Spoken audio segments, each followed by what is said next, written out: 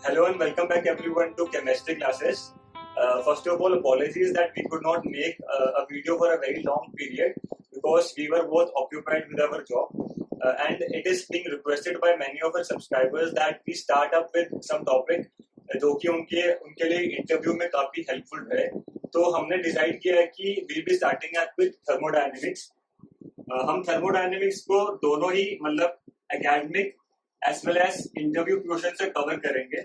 अब थर्मोडायनेमिक्स देखिए एक ऐसा टॉपिक है जैसे अगर आप बीआरसी के इंटरव्यू में भी जाते हैं तो मोस्ट ऑफ द स्टूडेंट्स जो है वो थर्मोडायनेमिक्स को एज अ टॉपिक चूज करते हैं और ये ऐसा टॉपिक है जहां से lot of questions can be asked. बहुत ज्यादा वास्ट है और बहुत ज्यादा कंसेप्चुअल टॉपिक है ये और काफी इंटरव्यू में जैसे इफ नॉट ओनली बीआरसी अगर आप पीएचडी इंटरव्यू की भी बात करते हैं तो काफी रिलेवेंट क्वेश्चन जो है वो थर्मोडायनेमिक्स से भी पूछे जाते हैं. तो इस वीडियो में जो भी आने वाली वीडियोस होंगी हम थर्मोडायनेमिक्स को कवर करेंगे both academic as well as interview question से. तो hopefully you will be finding it helpful for your preparation of GATE as well as your interview. तो देखिए थर्मोडायनेमिक्स में जब भी हम बात करेंगे तो इसका डेफिनेशन सबसे पहले कोई पूछेगा आपसे कि इसकी डेफिनेशन क्या है और इसका जो वर्ड है थर्मोडायनेमिक्स यही सबसे ज्यादा कंफ्यूजिंग है because what we will think is that thermodynamics is flow of heat, study of flow of heat. This is what we think and this is what thermodynamics lets us know. But this is totally wrong. अगर आप कोई भी standard book खोल के पढ़ेंगे तो वो heat के फ्लो को थर्मोडायनेमिक्स तो कभी नहीं बोलेगा. क्यों नहीं बोलता? क्योंकि थर्मोडायनेमिक्स के अंदर हमारे पास ऐसे काफी सारे प्रोसेसेस हैं जिसमें हीट के ट्रांसफर की इन्वॉल्वमेंट नहीं होती. मतलब हीट ट्रांसफर उसमें होती ही नहीं. जैसे हम आगे जाके पढ़ेंगे कि there are processes called adiabatic processes. अब एडियाबैटिक प्रोसेसेस वो प्रोसेसेस हैं जिसको हम थर्मोडायनेमिक्स के अंदर स्टडी करते हैं. देयर आर प्रोसेसेस जिसको हम थर्मोडायनेमिक्स के अंदर स्टडी करते हैं पर इसमें हीट की इन्वॉल्वमेंट नहीं है, हीट चेंज नहीं होता है. तो इसका मतलब थर्मोडायनेमिक्स को हम हीट के चेंज की इन्वॉल्वमेंट को सिंपली डिफाइन नहीं कर सकते. तो instead of defining it as a study of change of heat what we define thermodynamics as it is actually the study of change of energy. ठीक है, एनर्जी की ट्रांसफॉर्मेशन वन फॉर्म से another उसको उसके स्टडी को हम thermodynamics कहेंगे, ना कि केवल हीट. अब एनर्जी की बात करिए तो ऑटोमेटिकली इसमें थर्मल एनर्जी भी आती है. तो सभी काइंड ऑफ एनर्जीज की ट्रांसफॉर्मेशन की स्टडी को हम थर्मोडायनेमिक्स कहेंगे. अब ये एनर्जीज कौन कौन सी है? अब ये एनर्जीज है काइनेटिक एनर्जी. काइनेटिक एनर्जी जो है हमारे मॉलिक्यूल या एटम के मूवमेंट के बेस पे है, उसके पास है. सेकेंडली पोटेंशियल एनर्जी है हमारे मॉलिक्यूल के पास. अब ये पोटेंशियल एनर्जी किस बेसिस पे है कि वो किसी फोर्स के अंदर प्रेजेंट है. या तो वो किसी ग्रेविटेशनल फोर्स पे प्रेजेंट है, वो किसी इलेक्ट्रिक फोर्स पे प्रेजेंट है, किसी मैग्नेटिक फोर्स पे प्रेजेंट है. अगर वो किसी फोर्स के इन्फ्लुएंस में है तो उस फोर्स के इन्फ्लुएंस में आने के बाद उस मॉलिक्यूल के अपनी एक पोटेंशियल एनर्जी रहेगी, उसे हम पोटेंशियल एनर्जी कहते हैं. मतलब एक पोटेंशियल रहेगा उसको हम पोटेंशियल एनर्जी के फॉर्म में रिप्रेजेंट करते हैं. सेकेंडली केमिकल एनर्जीज है, जैसे हमारे मॉलिक्यूल के कॉन्स्टिट्यूएंट्स हैं, जिसके एटम्स हैं, उसकी वजह से उसके पास कुछ एनर्जी रहेगी. उसकी जो न्यूक्लियर एनर्जी है, जो न्यूक्लियस है, it is also very powerful component, उसकी वजह से उसके पास एनर्जी रहेगी. थर्मल है, टेम्परेचर की वजह से भी हमारे मॉलिक्यूल या कोई भी कंपाउंड या एटम के पास एनर्जी रहेगी. तो इन सभी एनर्जीज के इंटर कन्वर्जन की स्टडी को हम थर्मोडायनेमिक्स करेंगे. अब देखिए क्या है कि इस एनर्जी को हमको कन्वर्ट करना है, मतलब हमको एनर्जी के फ्लो को जज करना है, एनर्जी कहाँ से कहाँ जा रही है और कैसे जा रही है. ठीक है, दो तरीके हैं जिससे हम एनर्जी को फ्लो करवा सकते हैं. ठीक है, हमारे पास एक सिस्टम है, हमने एनर्जी को फ्लो करवाना है सराउंडिंग में. ठीक है, हम क्या कर सकते हैं कि रैंडम वे में एनर्जी फ्लो कर सकते हैं. रैंडम मीन्स हमारे जो एटम्स हैं वो रैंडम वे में एनर्जी फ्लो कर रहे हैं. मतलब कुछ डायरेक्शन नहीं है, it is random, it is not concise, एक फिक्स पोजीशन नहीं है, एक रैंडम वे में एनर्जी डिसिपेट हो रही है. अगर रैंडम वे में एनर्जी डिसिपेट हो रही है तो एक तो इस फॉर्म में हम एनर्जी को डिसिपेट कर सकते हैं. सेकंड, इस फॉर्म में एनर्जी को डिसिपेट कर सकते हैं instead of getting random, organize way में.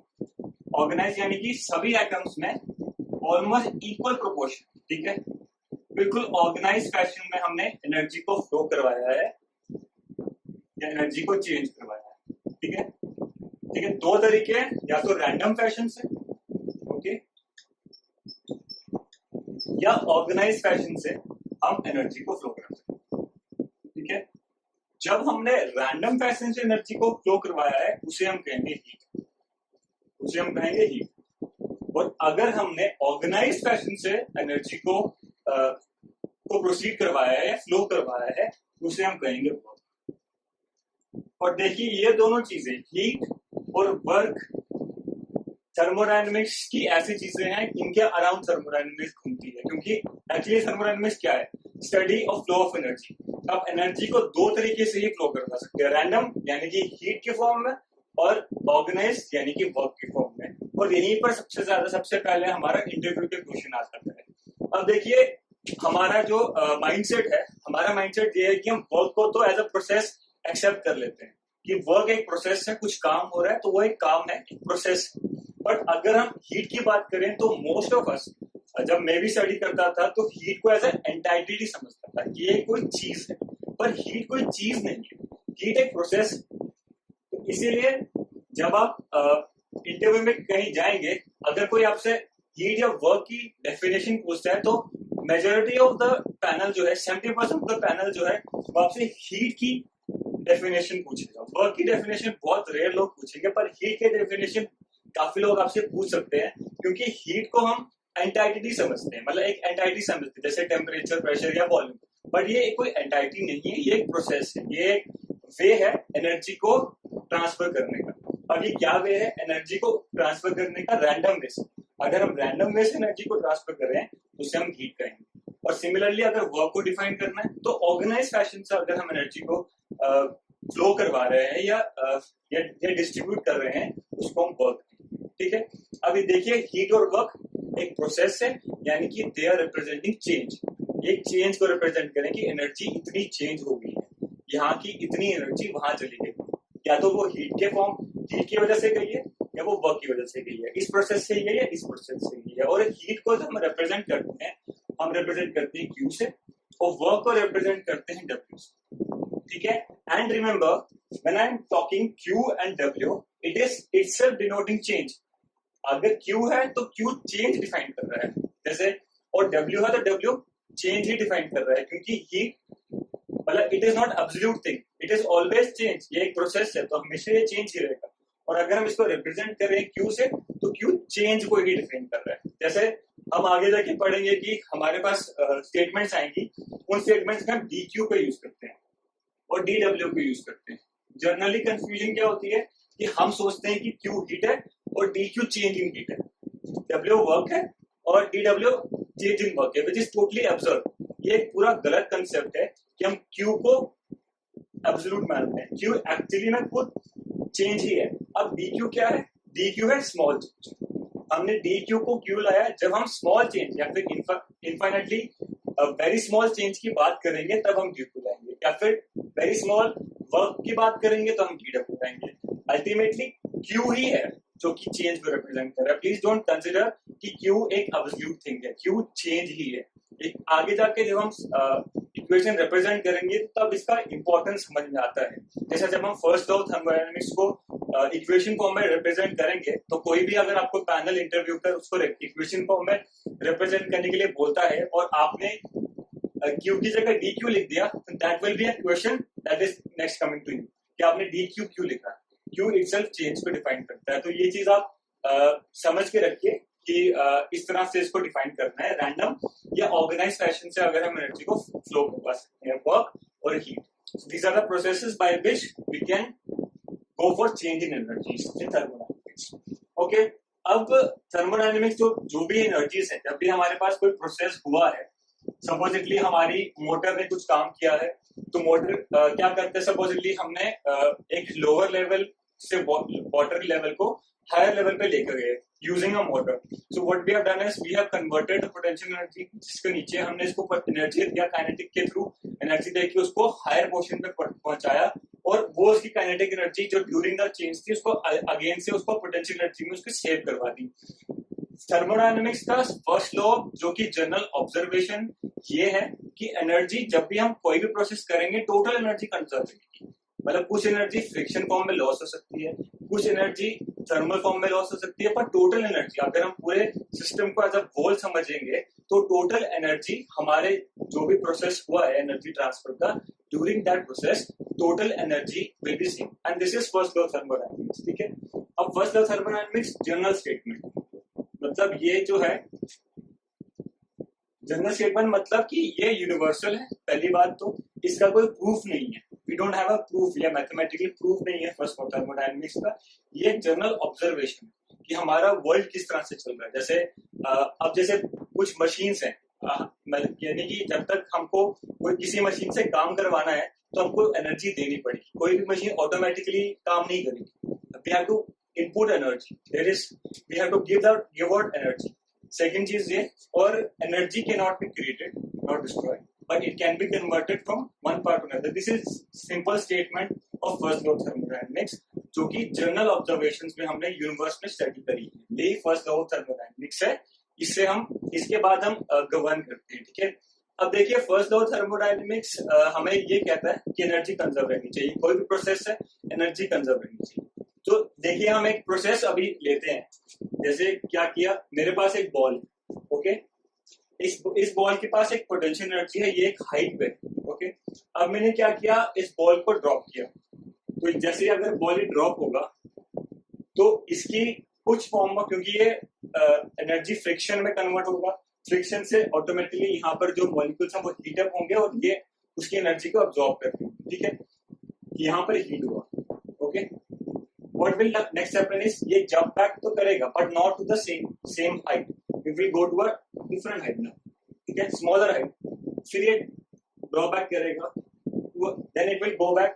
यहाँ पर भी friction की वजह से उसकी एनर्जी गई, हीट में गई एनर्जी। फिर क्या होगा कि हमारा जो ये बॉल है it will ultimately come back to the ground. और क्या हुआ एक्चुअली में टोटल प्रोसेस में एनर्जी सेम रही है। इसकी जो पोटेंशियल एनर्जी थी वो हमारे फ्लोर की, जो भी हम जिस पे भी हम बॉल गिरा रहे थे, उस फ्लोर की हीट में कन्वर्ट, मतलब थर्मल एनर्जी उस फ्लोर की बढ़ गई है, एनर्जी कंजर्व रही है। फर्स्ट लॉ ऑफ थर्मोडायनेमिक्स हमको यही कहता है, ओके। बट सपोजिटली हम क्या करें, हम फर्स्ट लॉ ऑफ थर्मोडायनेमिक्स को ही कंसिडर करके चलते हैं, उसी को ओबे करके चलते हैं, पर इसका रिवर्स करके देखते हैं। हम इंस्टेड ऑफ कि इस बॉल को गिराने से हमारा फ्लोर हीट हो, हम क्या करते हैं कि इस जो हमारा फ्लोर है इसको हीट अप करते हैं। तो सपोजिटली बॉल हमारे पास ये और हमने फ्लोर को हीट किया, तो मैक्रोस्कोपिक लेवल पे, मतलब बल्क लेवल पे, कभी भी हम ये ऑब्जर्व नहीं करेंगे कि ये हमारा जो बॉल है, ये इसके पास पोटेंशियल एनर्जी आ गई, वो अचानक ही अपनी हाइट पे चला गया। It will be very, it is impossible. Microscopic level पे अलग चीज है, we are not talking of microscopic levels. Laws of thermodynamics, not all laws apply to microscopic levels. जब मैं फर्स्ट लॉ की बात कर रहा हूँ, I am talking of macroscopic, bulk level की बात कर रहा हूँ। ठीक है,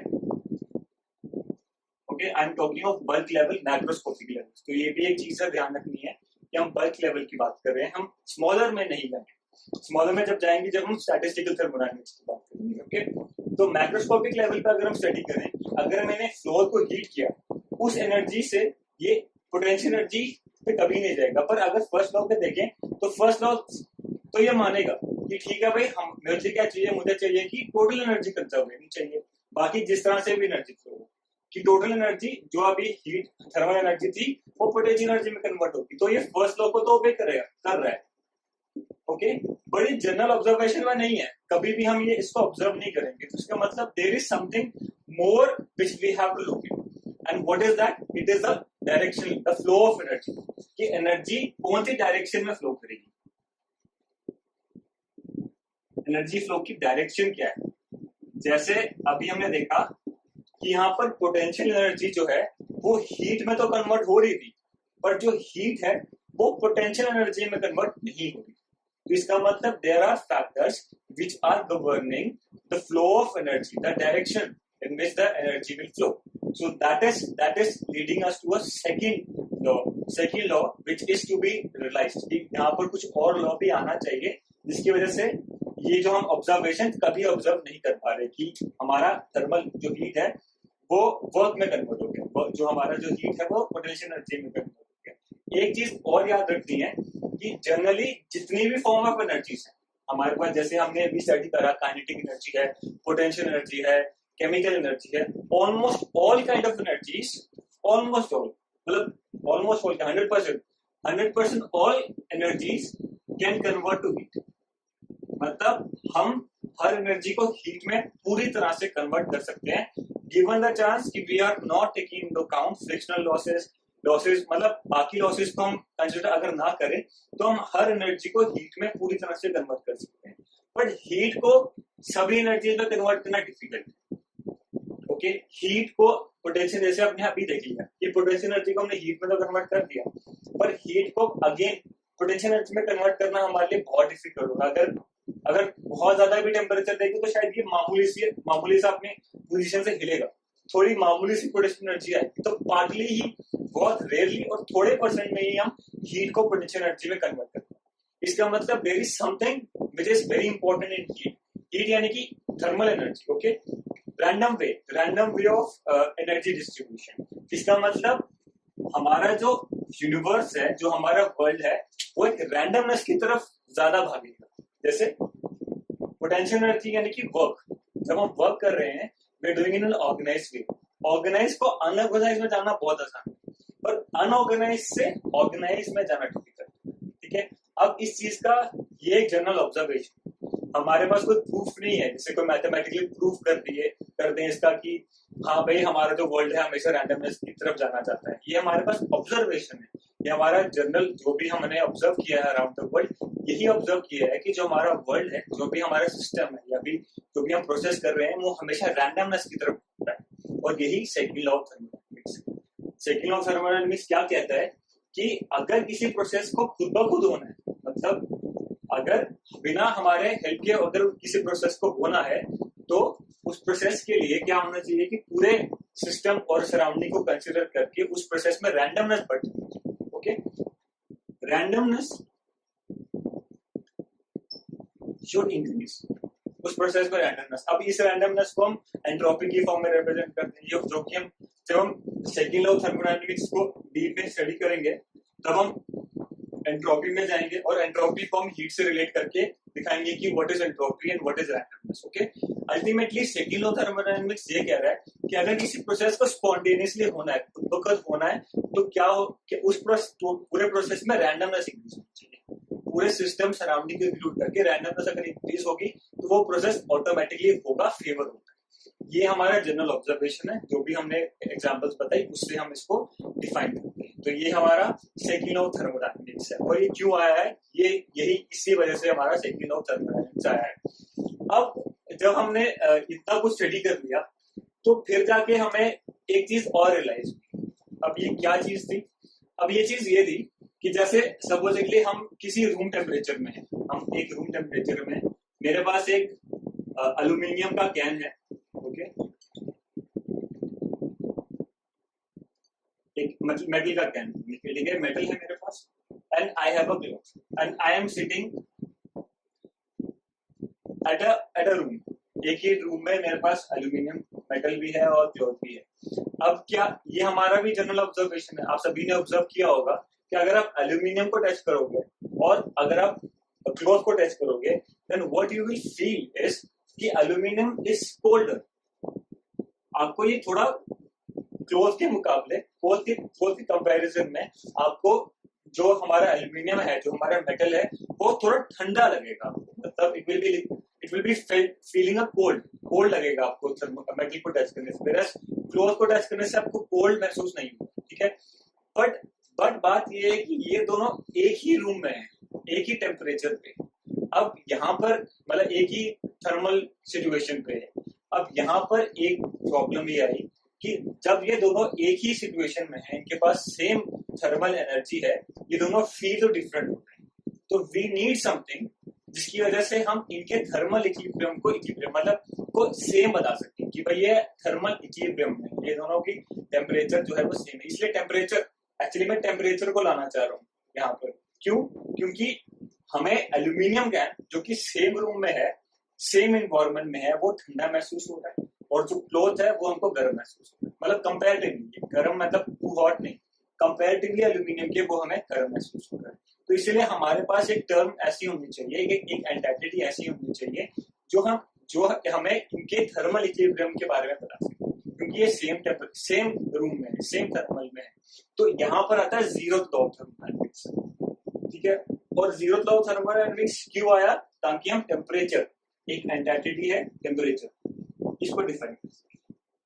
तो अगर आपसे इंटरव्यू में कोई पूछता है कि what is the importance of zero law of thermodynamics, then you talk of temperature, कि जीरो लॉ ऑफ थर्मोडायनेमिक्स की वजह से हमारे पास टेम्परेचर एक फैक्टर है वो आया। और टेम्परेचर फैक्टर क्यों आया, क्योंकि अगर हम एल्यूमिनियम कैन को देखें वो ठंडा है, क्लोथ देखें हमारे लिए गर्म है, फील हमें गर्म होगा, बट अगर हम इनका टेम्परेचर लेंगे तो टेम्परेचर दोनों का सेम आएगा, क्योंकि ये दोनों सेम इन्वायरमेंट में है। अब ये टेम्परेचर जो है ये हम किससे लेते हैं, थर्मोमीटर से, और थर्मोमीटर जो है वो जीरो लॉ ऑफ थर्मोडायनेमिक्स के बेसिस पे काम करता है, ठीक है, थर्मोमीटर। अब ये जीरो लॉ ऑफ थर्मोडायनेमिक्स क्या है, ये केवल इतना बोलता है कि अगर मेरे पास कुछ चीज है, ए है, ठीक है, सिस्टम ए है, और ये बी के साथ एक डायथर्मिक वॉल के बारे में हम डीपर स्टडी करेंगे। डायथर्मिक वॉल एक वॉल है जो कि हीट को पास होने देती है, ठीक है, थर्मल एनर्जी को पास होने देती है। ये बी के साथ हमारे पास थर्मल इक्विलिब्रियम में है, ओके, इसकी थर्मल एनर्जी और बी की थर्मल एनर्जी सेम है, और बी जो है वो थर्मल इक्विलिब्रियम में है सी के साथ, ओके। तो जीरो लॉ ऑफ थर्मोडायनेमिक्स ये कहता है कि अगर ए बी के साथ थर्मल इक्विलिब्रियम में है और बी सी के साथ थर्मल इक्विलिब्रियम में है, तो अल्टीमेटली ए और सी भी आपस में थर्मल इक्विलिब्रियम में होने चाहिए, और इसी बेसिस पे हमारा थर्मोमीटर काम करता है। कैसे, जैसे हमारे पास थर्मोमीटर में क्या है कि पहले तो जिस भी हमें सॉल्यूशन का या मेटल का टेम्परेचर लेना है, ठीक है, पहले वो है। सेकेंडली हमारे पास ग्लास है, थर्मोमीटर ग्लास है, ठीक है।